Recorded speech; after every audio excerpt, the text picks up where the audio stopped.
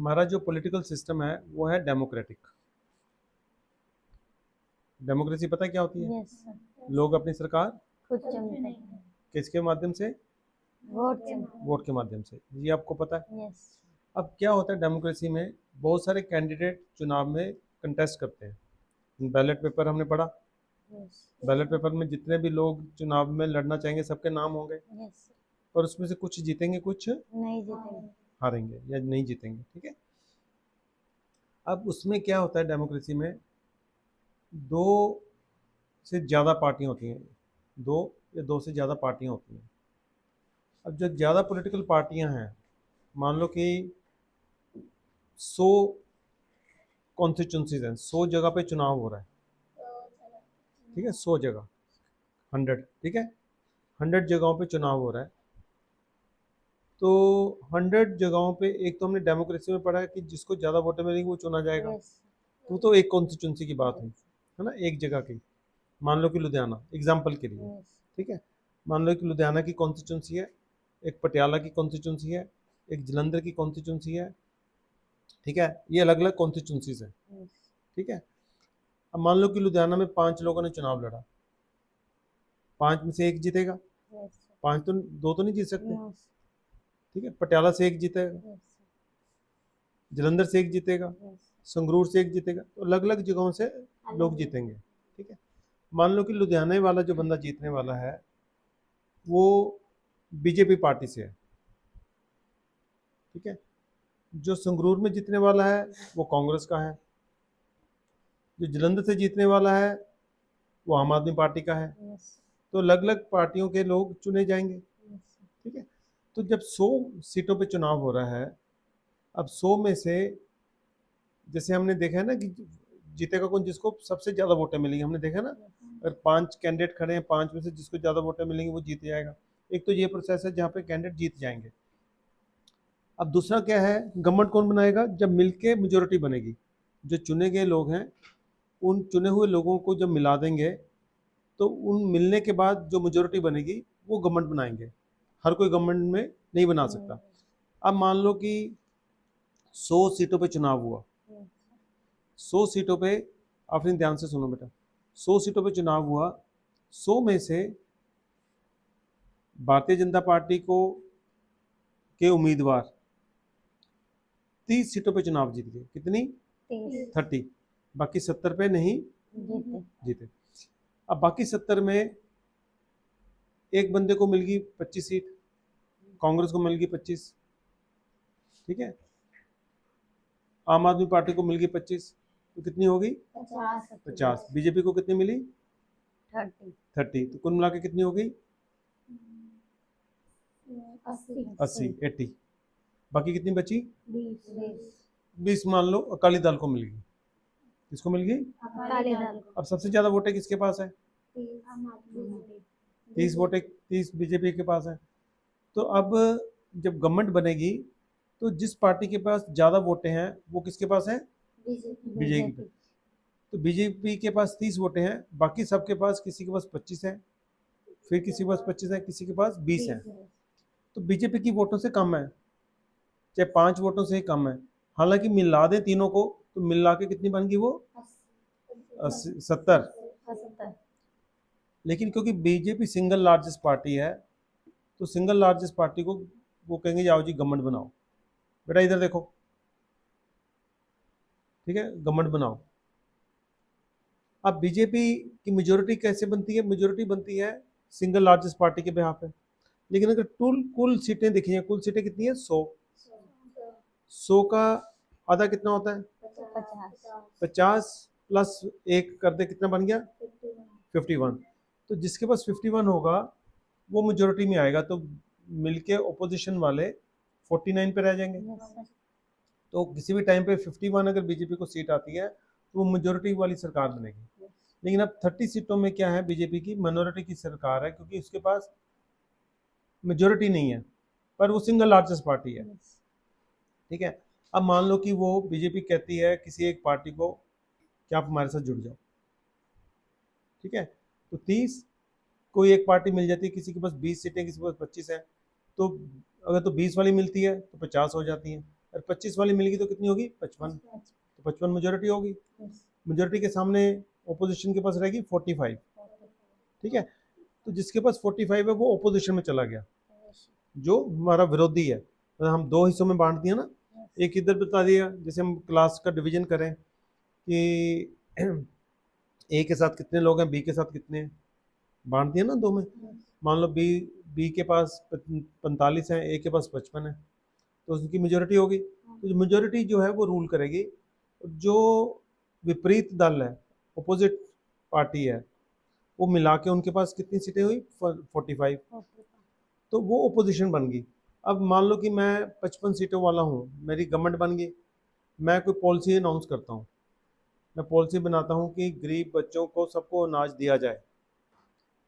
Opposition वाले कहेंगे क्या अनाज दे दिया? उनको शिक्षा क्यों नहीं दे रहे आप? उनको हेल्थ सर्विसेज क्यों नहीं दे रहे? तो ओपोजिशन का काम है सरकार की जो नीतियां हैं उसके अंदर कमियां निकालना। पावर नहीं है उनके पास, वो फैसला नहीं ले सकते। वो सरकार की नीतियों में कमी निकाल सकते हैं या सरकार को सुझाव दे सकते हैं कि आप अपनी नीति को ऐसे इम्प्रूव करो। ठीक है, तो कभी भी ऐसा नहीं होता है कि 100 सीटें 100 की 100 ही एक पार्टी को मिल जाए, फिर तो कोई अपोजिशन रहेगा ही नहीं।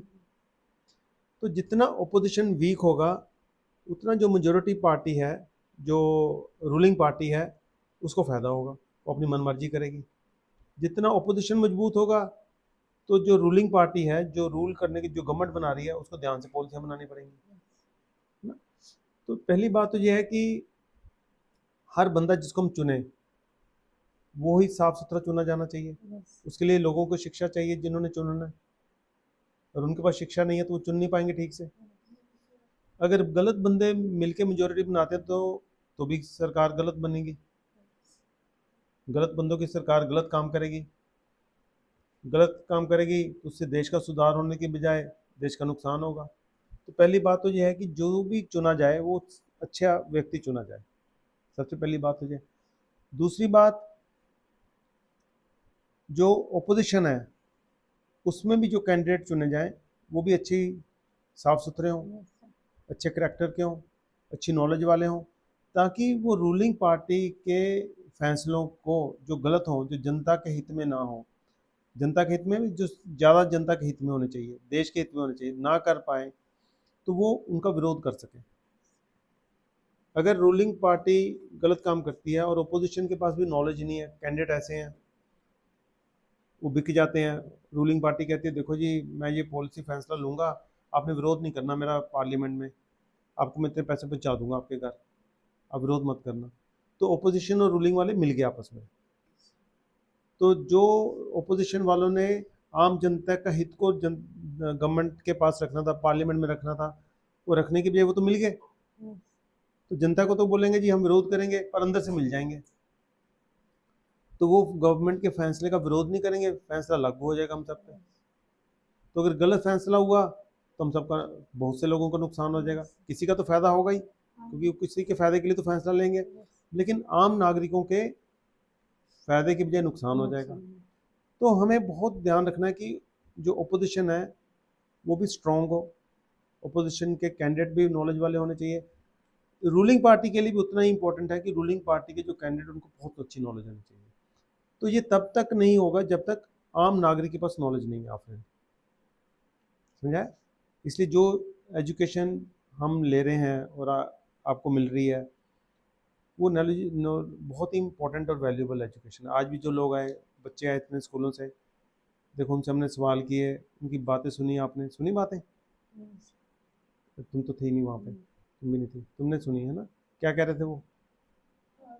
कह रहे थे क्या, जैसे मैं अपने स्कूल में पढ़ी तो वो सुपर कैडेट पढ़ रही थी ना, यहाँ के मेरे को बहुत अच्छा लगा, यहाँ है ना अच्छी नॉलेज कहीं भी नहीं है।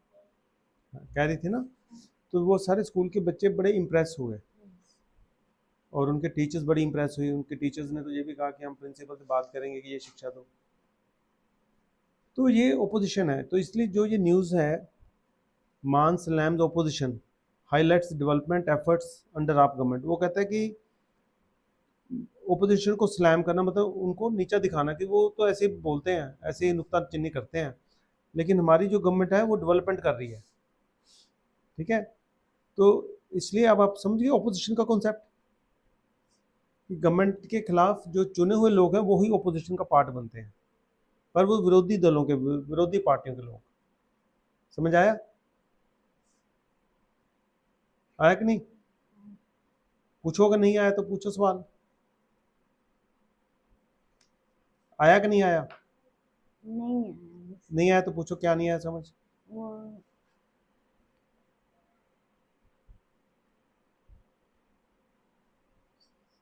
ओपोजिशन ओपोजिशन का फिर से मैं समझाता हूँ। मान लो कि ये रूलिंग पार्टी है, इसको वोटें तो मिली इनको, पर इतनी वोटें नहीं मिली कि ये गवर्नमेंट बना पाते हैं।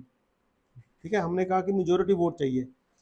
अगर टोटल 100 लोग चुनाव लड़ते हैं तो 51 पे मेजोरिटी बनती है, तो 51 वोटें इनके पास होनी चाहिए। ठीक है, अगर इनके पास 51 है तो ये गवर्नमेंट बनाएंगे, जिनके पास 49 है वो ओपोजिशन में आ जाएंगे। ठीक है, 51 49 से ज़्यादा होता है? 51 49 से ज़्यादा नहीं होता? फिर 51 49 से ज़्यादा हो गया ना, तो जिसके पास 51 है वो गवर्नमेंट बनाएगा, जो 49 वाला है वो गवर्नमेंट नहीं बना पाएगा, वो ओपोजिशन में आ जाएगा। मान लो कि देश में गधे ज़्यादा हैं, घोड़े कम हैं, हम चाहेंगे सरकार घोड़ों की हो कि गधों की हो? घोड़ों की। पर घोड़ों की अगर गिनती ज़्यादा नहीं है या घोड़े हैं पर पढ़े लिखे नहीं हैं, तो वो गधे के बहकावे में आके गधे को वोट डाल देंगे।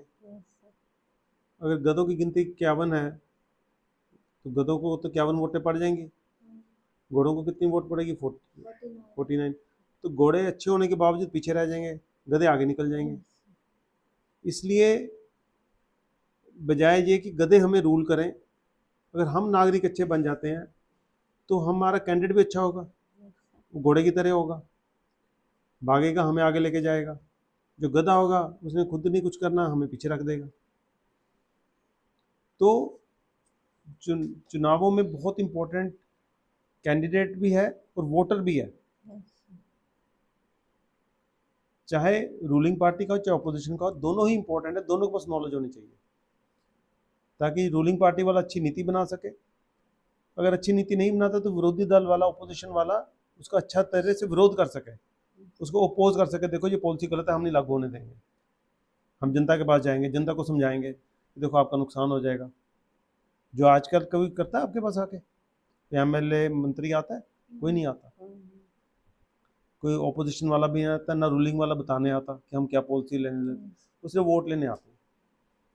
इसलिए जनता की एजुकेशन जो है वो बहुत ही जरूरी और इम्पोर्टेंट है, और इस चीज़ को समझना जरूरी है कि जो गवर्नमेंट में एक रूलिंग पार्टी होती है, एक ओपोजिशन होती है।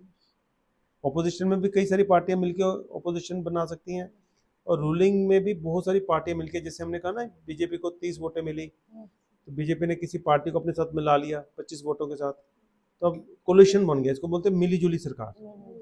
बीजेपी की अकेले की सरकार नहीं, मिली जुली सरकार। मिली जुली सरकार में दो पार्टियों ने मिलकर मेजोरिटी बना ली, नहीं तो बीजेपी की रहती 30 सीटें। अब 30 सीटों में, क्योंकि वो पार्टी सबसे बड़ी है, 30 सीटें, बाकी सबके पास 30 से कम है, तो गवर्नर या प्रेसिडेंट बोलेगा बीजेपी को गवर्नमेंट बना लो, लेकिन बीजेपी को गवर्नमेंट तो बन जाएगी, लेकिन उसको मेजोरिटी प्रूव करनी पड़ेगी। मेजोरिटी का मतलब है कि उसके पास कम से कम 51 सीटें हों। अब मान लो 51 नहीं है, 30 सीटों की वजह से गवर्नर ने कह दिया आ जाओ आप गवर्नमेंट बना लो, बना ली। अब उनको फ्लोर ऑफ द हाउस बोलते हैं, कि वहाँ पे जैसे असेंबली होती है, जैसे हम बैठे हैं, हम वोटिंग करेंगे कि आफरीन के फेवर में कितनी है, सवित्री की फेवर में कितनी है। अगर आफरीन के फेवर में 51 हाथ नहीं खड़े होते, कम होते हैं, सवित्री वाली फेवर में 50 से ज़्यादा खड़े हो जाते हैं, तो आफरीन ने गवर्नमेंट तो बनाई 30 सीटों से, तो आफरीन को रिज़ाइन करना पड़ेगा, छोड़नी पड़ेगी गवर्नमेंट। ठीक है, लेकिन अगर आफरीन ने दूसरे लोगों को अपने साथ जोड़ लिया, तो आफरीन की तरफ हाथ कितने खड़े हो गए? 55 या 51, और सवित्री की तरफ से हाथ कितने खड़े हो गए? 49। तो आफरीन का टेस्ट हो गया कि इसके पास मेजोरिटी है, तो आफरीन गवर्नमेंट चलाएंगे, नहीं तो गवर्नमेंट टूट जाएगी। तो ऐसा होता है डेमोक्रेसी में। ठीक है। फर्स्ट पास पोल आपने पढ़ा हुआ है, इलेक्शन के बारे में आपने पढ़ा हुआ है कि कैसे चुनाव होते हैं, ये सब पढ़ा हुआ। अब आज आपने ओपोजिशन वाला कॉन्सेप्ट सीख लिया, ठीक है, इसको आप रिवाइज कर लेना।